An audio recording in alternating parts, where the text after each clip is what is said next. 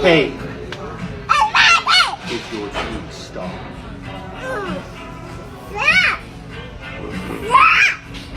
Alright, you're under arrest.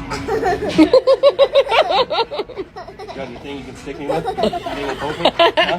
Huh? You're going downtown. Bring down the paddy wagon.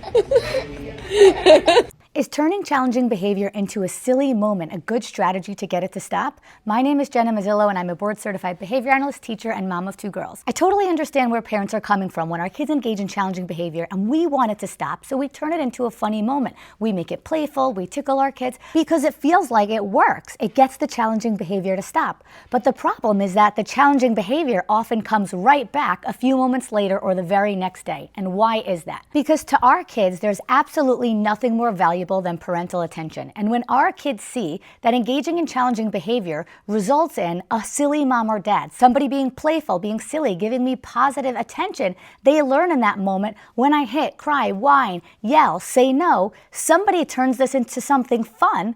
And so that works for them. I'm going to do that again in the future because that had a good outcome. So what should we do instead? The other important thing to know is that humans engage in behavior for different reasons, usually because we're trying to get something or get away from something. And the same is true for when our kids engage in challenging behavior. When they hit, cry, whine, or yell, we want to look at why are they doing this? What is it producing for them? What do they want or what do they not want? And then we want to teach them an appropriate replacement behavior that is going to produce the same outcome that the challenging behavior did. So when that little girl said, "It's my tea," we need to give her a better way to say that. And so it looked like in that video that she wanted to hold the tea, but dad started pulling it away. So we would want to teach her to say instead, "I'll hold it," or "I can do it." The other thing we want to do when our kids are engaging in challenging behavior, like in the video when the girl started squeezing dad's face, is instead of telling them what not to do, which doesn't give them any information as to what they should be doing and simply just draws a ton of attention to the challenging behavior, instead we want to tell them exactly what they should be doing instead. So for example, put your hands down and then either prompt her hands down if she does it and move your body away,